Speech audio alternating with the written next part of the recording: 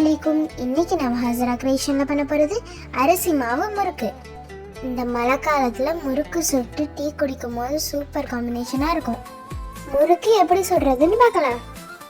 அரை மூடி தேங்காயில தலைப்பாலை தனியா தண்ணி பாலை தனியா எடுத்து வச்சுக்கலாம்.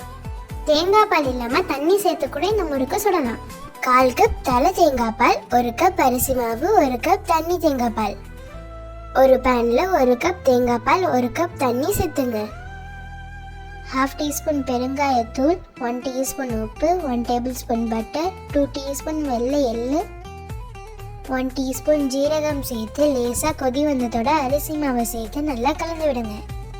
கடைகளில் வாங்குற அரிசி மாவு, நீங்கள் இடியாப்பத்துக்கு எந்த அரிசி மாவு யூஸ் பண்ணுறீங்களோ அதை யூஸ் பண்ணிக்கலாம்.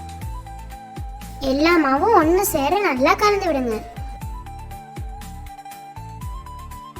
எல்லாத்தையும் நல்லா கலந்து விட்ட பிறகு நம்ம எடுத்து வச்சிருந்த தலைப்பாலையும் கொஞ்சம் கொஞ்சமாக சேர்த்து கலந்து விடுங்க. அடுப்பை ஆஃப் பண்ணிடுங்க. இந்த சூட்டுலேயே 10 நிமிஷம் மூடி போட்டு வைக்கணும். 10 நிமிஷத்துக்கு அப்புறம் கை பொறுக்கிற அளவு சூடு இருக்கும் போது மாவை பிசைஞ்சு எடுத்துக்கலாம்.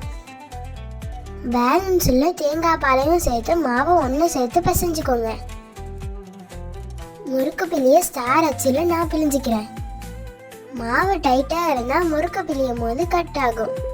அப்படி மாவு கட்டாவி வந்துச்சுன்னா கொஞ்சமாக தண்ணி சேர்த்து பிசைஞ்சிங்க. மாவு பிழியும் போது கட்டாகாமல் இருந்துச்சுன்னா அதுதான் சரியான பதம். நீங்கள் விருப்பப்பட்ட மாதிரி பெருசாவோ சின்னதாவோ முறுக்கு பிழிஞ்சு சுட்டு எடுத்துக்கோங்க. எண்ணெய் சூடாகிடுச்சு. கொஞ்சமாக மாவு சேர்த்து செக் பண்ணிக்கோங்க. மாவு மேலே எறும்பி வரணும்.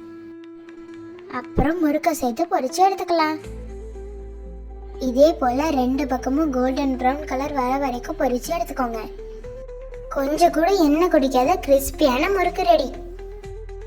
சுவையான அரிசி மாவு முறுக்கு ரெடி. உங்களுக்கு இந்த வீடியோ பிடிச்சிருந்துச்சுன்னா மறக்காம நம்ம சேனலை லைக் பண்ணுங்கள், ஷேர் பண்ணுங்கள், சப்ஸ்கிரைப் பண்ணுங்கள்.